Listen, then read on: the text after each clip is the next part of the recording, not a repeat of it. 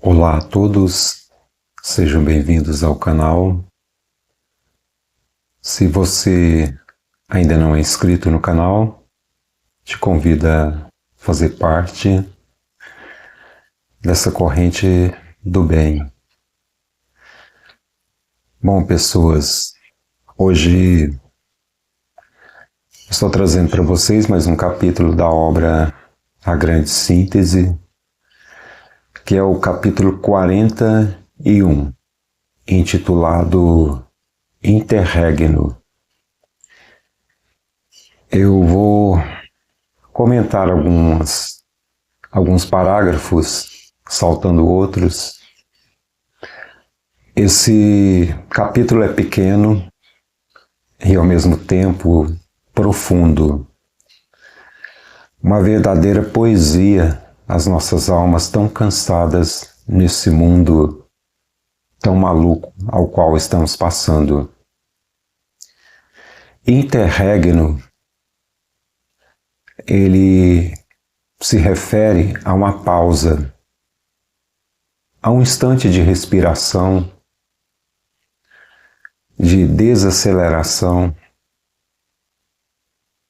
por tantas informações preciosas e profundas que nós tivemos até esse capítulo de A Grande Síntese.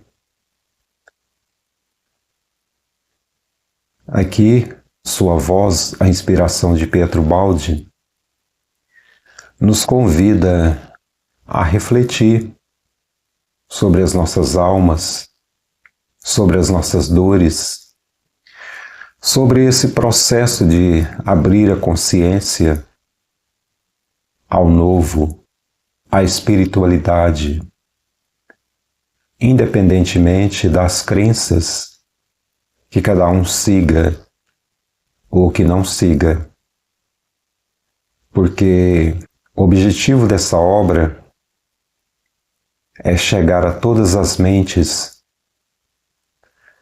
não escondendo que é um tratado científico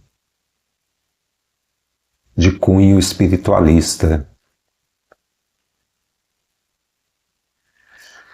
Então vou começar a ler algumas partes aqui para a gente refletir o qual é profundo esse capítulo, o qual ele é bonito, um verdadeiro manifesto às nossas almas. Pegando aqui já o segundo parágrafo, Pietro Baldi, por sua voz, nos diz: não digais felizes os que podem viver sem saber e sem perguntar. Dizei antes, felizes aqueles cujo espírito jamais se sacia de conhecimento. Mas ele segue falando, e de bem, e que lutam e sofrem por uma conquista cada vez mais alta. Aqui o Baldi diz claramente que o conhecimento trazido nessa obra não é apenas para saciar as mentes no seu lado intelecto, mas é para chegar até a alma, até o cerne da alma de cada um que ler essa obra. Lamentai os satisfeitos da vida, os inertes, os apagados. O tempo deles é apenas ritmo de vida física e transcorre sem criações. Aqui também é profundo, fala muito dessa nossa pós-modernidade, desse sentimento de vazio, desse sentimento que vê as coisas se repetindo numa rotina e não conseguem perceber uma realidade maior que está dentro de cada um de nós. Esse impulso transformador que deve ser despertado de dentro para fora. Porque as coisas exteriores, como diz os hindus, são maias, são ilusões. Tudo é efêmero. Mas nós nos apegamos ao nosso próprio corpo, como se fosse a única certeza que nós tivéssemos na vida. Um tratado de espiritualismo como essa obra, entre tantas outras obras de valiosos autores mundo afora, nos chama ao despertar.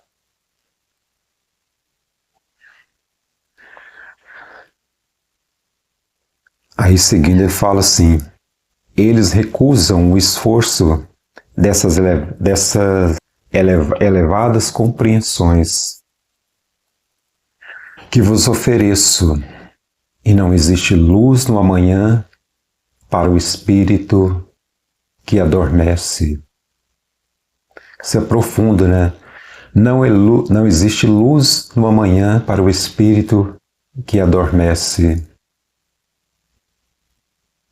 É como se fosse uma planta que vivesse só da luz do sol, da terra, de um pouco de água. Mas nós somos seres pensantes. Nós somos seres que já passaram por vários estágios na evolução. E quando dizemos penso, logo existo, o véu começa a cair, o véu de Ísis. E começamos a perceber as leis de Deus atuando no universo, atuando em cada um de nós, através das leis de ação e reação. E começamos a lutar contra os nossos próprios instintos, numa tentativa de tirar essas cascas, de ver a nossa alma cada vez mais limpa, cada vez mais consciente, se sentindo novamente parte do todo, que é Deus, pois nós nunca estivemos fora do todo, mas apenas cegamos a nossa visão, entorpecemos a nossa compreensão e no movimento instintivo de ego nos plasmamos na matéria. Ficamos aprisionados no átomo. E a nossa alma interiormente fica gritando por liberdade novamente. Porque tudo que nós nos apegamos é passageiro. Às vezes nos apegamos a uma pessoa e se torna passageiro. Às vezes nos apegamos a comprar um carro de luxo, que depois a gente já quer outra coisa. Mas a busca, ela não pode ser exterior. O despertar é interior.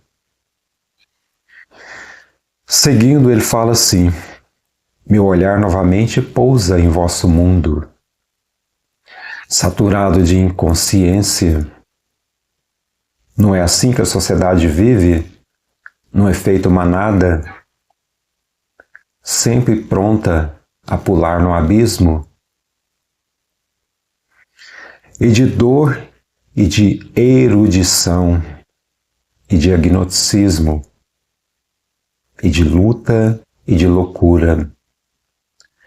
Aqui ele fala, que o próprio conhecimento, quando ele tem a asa apenas do saber materialista, e não tem a asa do espiritualismo para que ele se equilibre, ele se atira no abismo também. Daí vem as depressões, o tédio,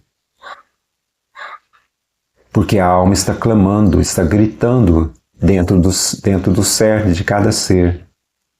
Desperta, desperta, desperta.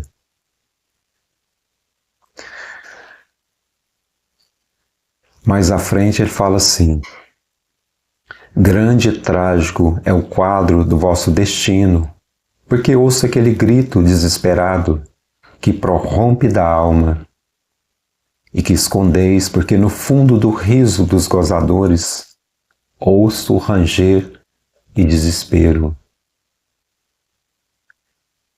É nós mostrando a nossa casca, uma casca perecível, que a gente finge que é um escudo, mas não é nada. Ao menor sopro do vento, ela se despedaça e as máscaras caem, simplesmente caem. Alma, alma, centelha divina, que nenhuma de vossas loucuras poderá jamais destruir. Nós somos eternos. Está sempre pronta a ressurgir, cada vez mais bela, de cada dor. Aqui o Pietro Baldi está mostrando a função da dor, porque é só na dor que as almas despertam dessa rebeldia. E vejam vocês que nós passamos por uma pandemia. Muitos perderam entes queridos, perderam amigos. Ainda assim, a rebeldia persiste e a dor vai continuar fazendo o seu papel de transformar os seres. Porque se não fosse a dor, não haveria transformação. Raríssimas exceções despertam mais pelo amor do que pela dor. Nenhuma conquista de pensamento, nenhuma afirmação humana poderá jamais extinguir tua sede de infinito. A alma, essa sede de infinito. Vossa ciência é muitas vezes mera presunção de palavras eruditas.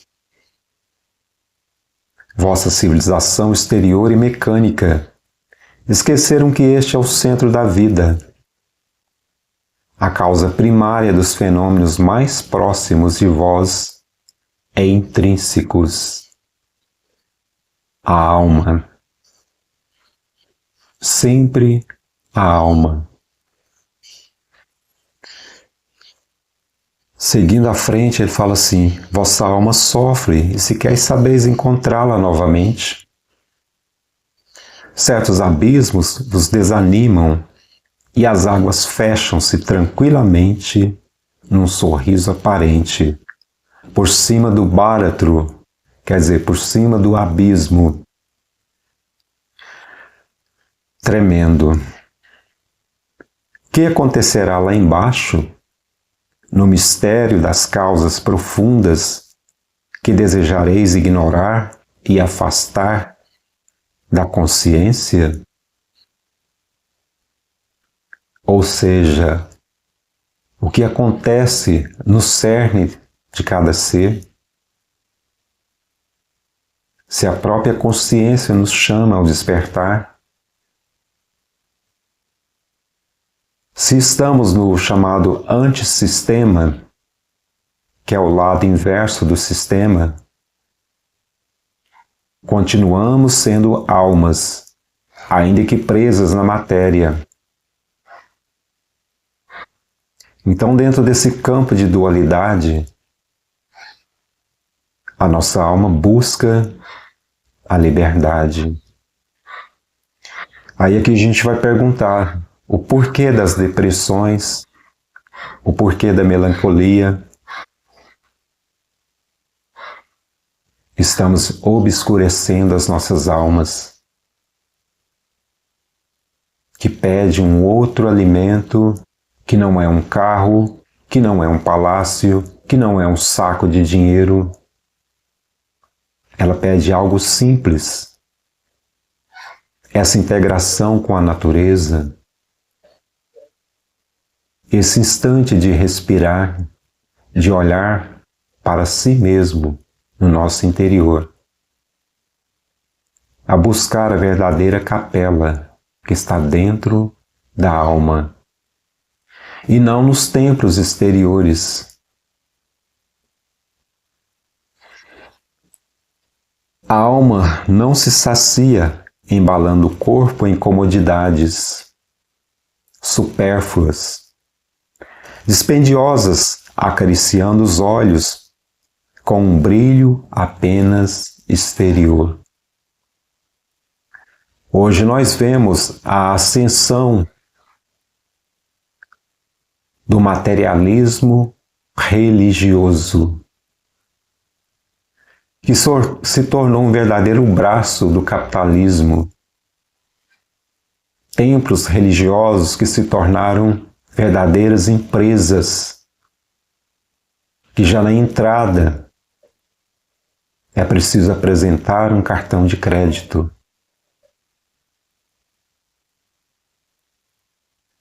É isso que nós buscamos? Quantas pessoas são felizes vivendo dentro de uma simplicidade, buscando uma sabedoria através da espiritualidade,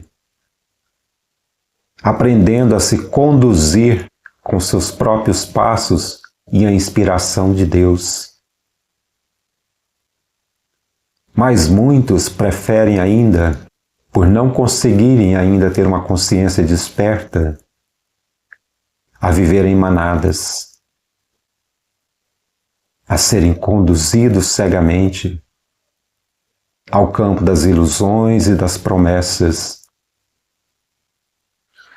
E vão aos templos em busca de um carro novo, de um casamento, de riquezas, de prestígio, e esquecem suas almas lá fora. E até conseguem muita coisa, ou geram riquezas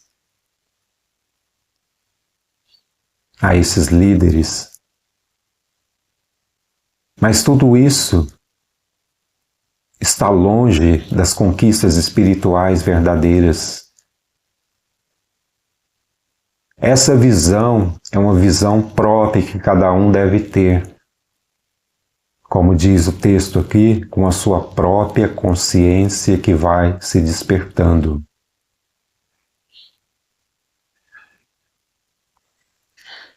Então vos falo num tom de paixão para as almas prontas e ardentes. É em tom de sabedoria para quem é mais apto a responder às vibrações intelectivas. Então aqui sua voz está falando, que fala também às mentes que já estão em um grau maior de compreensão da realidade. Sua voz quer atingir a todos. Ela quer falar aos cientistas, aos filósofos, aos teólogos, aos historiadores. A todos falo porque quero sacudir todos e unir uma fé mais alta, numa verdade mais profunda. Então esse é o objetivo da grande síntese. Não a separação, mas a unificação. Até mesmo das mentes que têm formação em outras áreas da religião. Por isso que ele citou aqui, ele falando em teólogos. Porque a ideia do monismo é a ideia da unificação. É dar um fim a essa força da dualidade. Porque tudo está convergindo novamente para o todo. ainda que as forças contrárias se mobilizem, disseminando o caos. Mas se essa é a vontade de Deus, a consciência cósmica, o todo, a lei, não há força que possa deter esse destino, esse caminho. O rio corre para o grande oceano, ainda que muitos nadem contra a correnteza, mas é inútil. Cabe aos peixes seguir o fluxo do rio. Não o rio da ilusão, mas o da unificação, da pacificação, do amor e da espiritualidade. Esse rio que sacia as almas.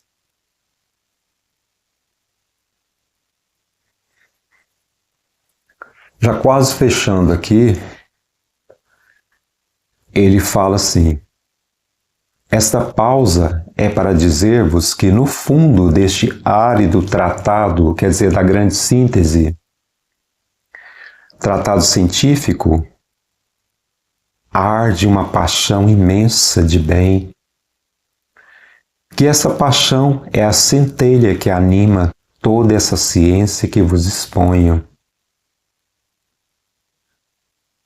É a própria mensagem do alto, do todo, de Deus, da lei, conclamando as almas que já estão despertas, que estão despertando, a seguir o fluxo desse grande rio, a lutar contra as suas imperfeições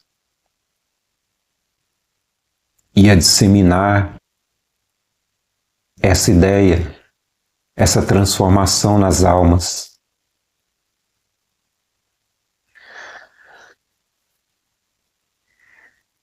Quem não sentir a advertência de sua voz aqui, quem não sentir essa centelha que se comunica diretamente de alma para alma, e que lançar este escrito um olhar simplesmente curioso ou ávido de aprender somente, não ficará nutrido. Então, se essa obra aqui, que é uma obra espiritualista, que busca comunicar a todos, tanto homens de ciência, como pessoas da vida cotidiana, o objetivo dela não é satisfazer o intelecto, mas é saciar a sede da alma. Esse é o objetivo de A Grande Síntese. Esse é o objetivo que foi determinado pela inspiração a Pietro Baldi. Como foi a grandes pensadores ao longo da história da humanidade que deixaram uma sementinha de transformação. O que seria do Ocidente, ainda tão caótico, se não fosse a mensagem de Jesus, que chegou aos códigos da lei do Ocidente, que inspirou padrões de comportamento social, ainda que vejamos essa resistência nesse campo da dualidade, essa deturpação dos ensinamentos de Cristo, essa forma de usar certas passagens para o enriquecimento próprio e o domínio das massas.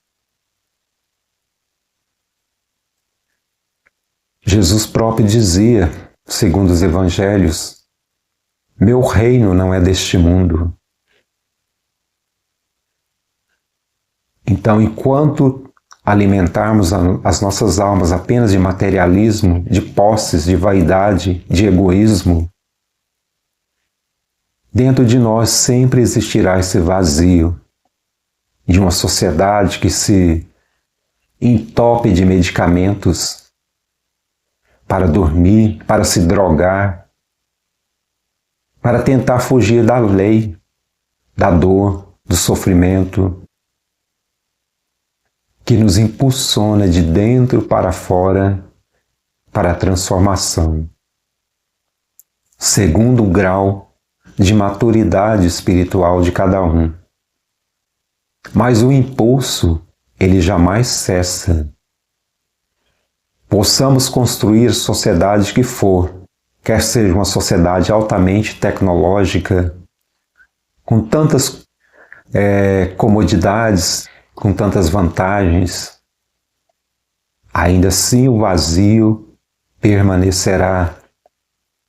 Ele estará exposto nas redes sociais, ainda que muitos finjam, tentem criar uma vitrine falsa.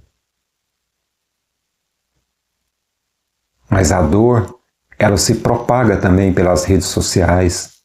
Nossa, fulano suicidou, mas era uma pessoa tão famosa, tão rica, tão bonita e ao mesmo tempo tão frágil.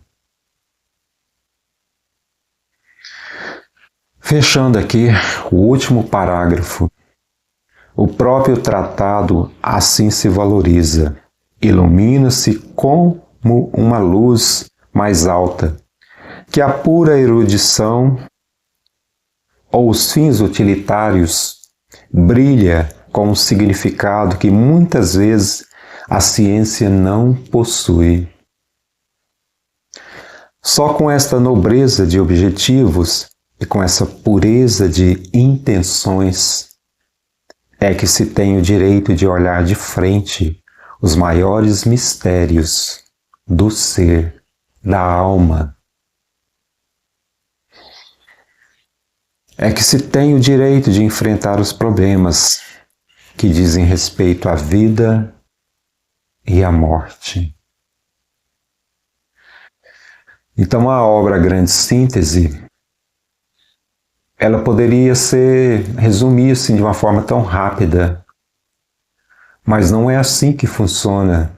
Segundo a sua voz vai dizendo aqui, o edifício é vasto e o trabalho tem que ser executado por inteiro para que a construção seja sólida e possa resistir aos golpes do tempo e dos céticos.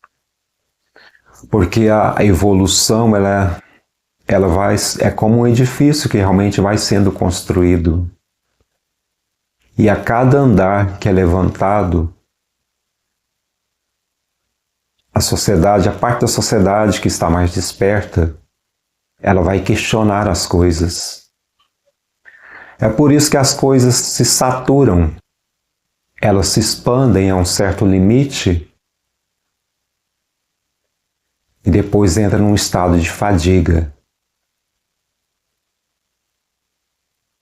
Então as religiões, os credos, que não se preocupam com isso, estão levando as pessoas ao ateísmo, ao materialismo. Mas aqueles que já estão despertos e já perceberam isso, vão procurar o seu próprio caminho. Vão buscar a libertação, vão buscar a espiritualidade, independente da cultura a que pertençam. O grande rio flui para o mar, e isso é inevitável. Obrigado a todos que estiveram por aqui até o final do vídeo. E quem não é inscrito no canal, se inscreva. Se gostou do conteúdo, compartilhe. Muito obrigado a todos. Até a próxima. Tchau, tchau.